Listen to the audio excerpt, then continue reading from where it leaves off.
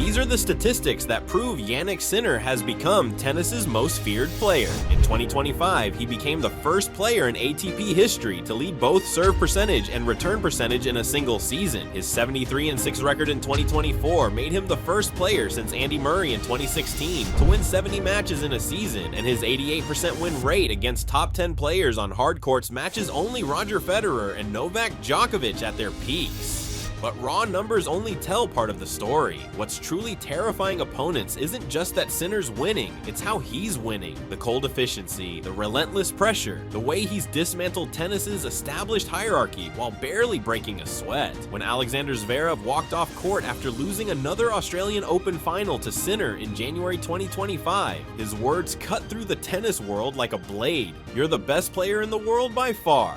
Not close, not competitive, by far." From a player ranked in the top 5, those words carry weight that goes beyond simple respect. Carlos Alcaraz, the man many considered tennis's future just 2 years ago, now speaks about Sinner with the reverence usually reserved for legends. "He's the best tennis player in the world right now, without a doubt," Alcaraz said after their latest encounter. "I just played against someone that hasn't lost a match on an indoor court since 2 years from now." Let's be clear about what we're witnessing. Sinner has won 31 consecutive indoor hard court matches. He's reached 65 consecutive weeks at world number 1 in his first stint, surpassing Djokovic as the 4th longest first stint in the Open era. At 24 years old, he's already captured 4 Grand Slams and become the youngest man in history to reach the final of all 4 majors plus the ATP finals in the same calendar year.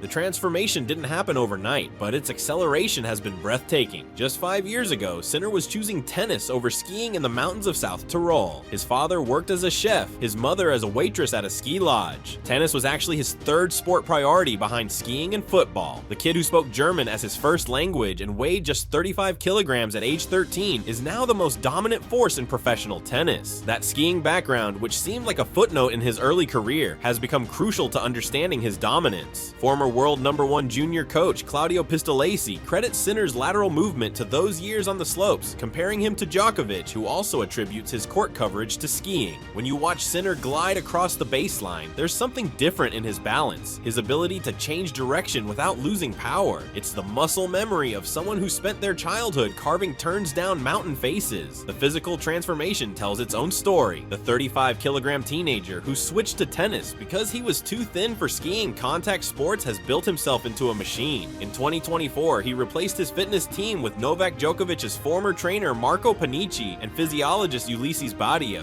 The results were immediate and devastating to his opponents. His serve, once considered a weakness, has become a weapon of mathematical precision. Across 64 matches in 2025, Sinner won 713 of 775 service games, a 92% hold rate that forms the foundation of his dominance. But it's his return game that truly separates him from the field. He won 32.63% of return games in 2025, up from 28.3% in 2024. That leap represents the difference between a very good player and an unstoppable force. Patrick Mouratoglou, one of tennis's most respected coaches, captured the evolution perfectly.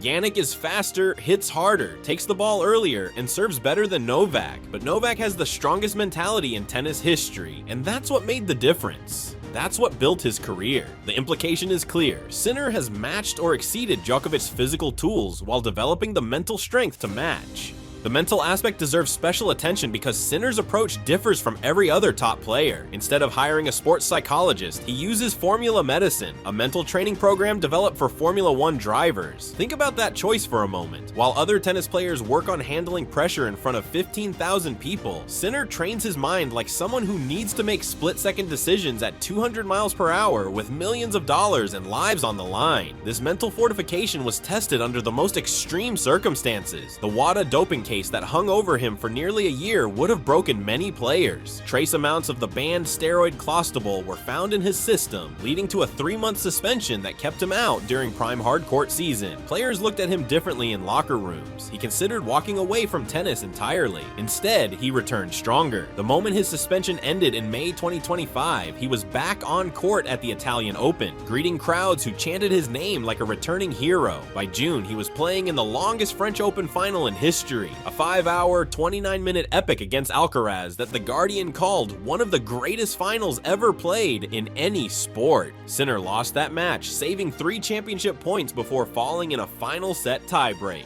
A different player might have been broken by such a loss. Sinner used it as fuel. 5 weeks later, he was lifting the Wimbledon trophy as the first Italian man ever to win the grass court major. The transformation from devastating loss to historic triumph in just over a month showcases the mentality that has his opponents genuinely worried. The rivalry with Alcaraz has become tennis's central narrative, but the dynamic has shifted dramatically in Sinner's favor. They've split their 16 meetings 10-6 in Alcaraz's favor overall, but recent results tell a different story. Between them, they've won 11 of the last 14 Grand Slams dating back to 2022. They've become the first pair in the Open era to contest 3 major finals in the same year. At the completion of 2025, they were perfectly tied at 1,651 points won in matches between them. But there's an edge in how they speak about each other now. Alcaraz's comments carry the weight of someone who recognizes he's facing something special. Every time we play against each other, I think our level is really high. I think we don't watch a level like this. If I'm honest with you, I don't see any player playing against each other having the level that we are playing when we face each other.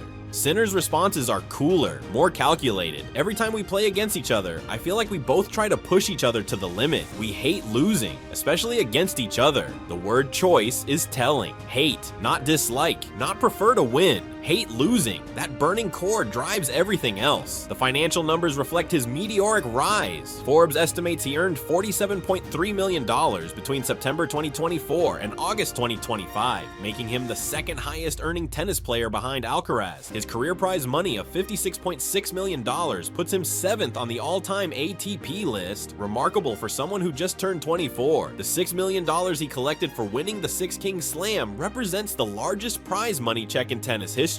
But money follows success, not the other way around. What's driving the fear factor among his competitors is the cold efficiency of his game. Roger Federer, never one to offer praise lightly, highlighted what makes Sinner special. What I like about him is that he almost has the same speed of shooting from the forehand and backhand. That symmetry, that lack of obvious weakness, makes him uniquely difficult to strategize against. His hard court dominance borders on the absurd. That 88% win rate against top 10 players on hard courts puts him in company with only Federer and Djokovic at their absolute peaks. When you consider that hard courts make up roughly 75% of the ATP calendar, that dominance becomes a suffocating reality for his competitors. The indoor streak tells an even more specific story. 31 consecutive wins on indoor hard courts, including back-to-back ATP Finals titles without dropping a set. Indoor courts typically favor the bigger servers, the power players. Sinner has made them his personal kingdom through precision and court positioning that his skiing background helped develop.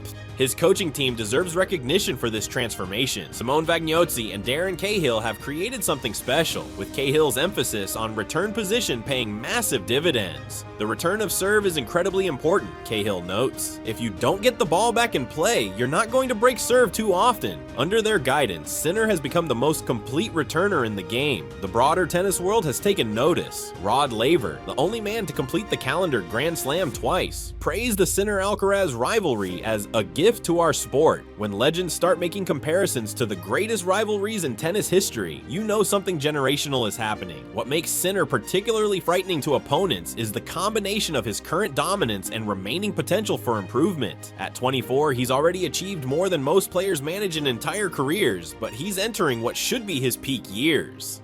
The scary thought for the rest of the tour is simple. If this is Sinner before he hits his prime, what happens when he does? The 2026 Australian Open offered a glimpse of the challenges ahead. As defending two-time champion, Sinner cruised through 5 rounds before falling to Djokovic in a 5-set semifinal. Even in defeat, the match demonstrated his evolution. He pushed the 20-time Grand Slam champion to the limit on Djokovic's favorite court. Tennis fans have dubbed this the Sincaraz era, but early evidence suggests it might be more accurate to call it the Sinner era with Alcaraz as primary challenger. The Italian's combination of technical perfection, mental fortitude, and physical improvement has created a player that opponents approach with genuine trepidation. His rise represents something tennis hasn't seen since the emergence of Djokovic in 2011, a player capable of sustained dominance through systematic excellence rather than just natural talent. The skiing background, the Formula One mental training, the meticulous attention to both serve and return, every piece has been deliberately constructed to create tennis's most complete player. As Sinner continues his march through the tennis hierarchy, one thing becomes increasingly clear. This isn't just another talented young player having a good year. This is a fundamental shift in tennis's power structure, built on a foundation designed for sustained excellence. The fear factor isn't just about what Sinner has accomplished, it's about the growing realization among his peers that he's just getting started.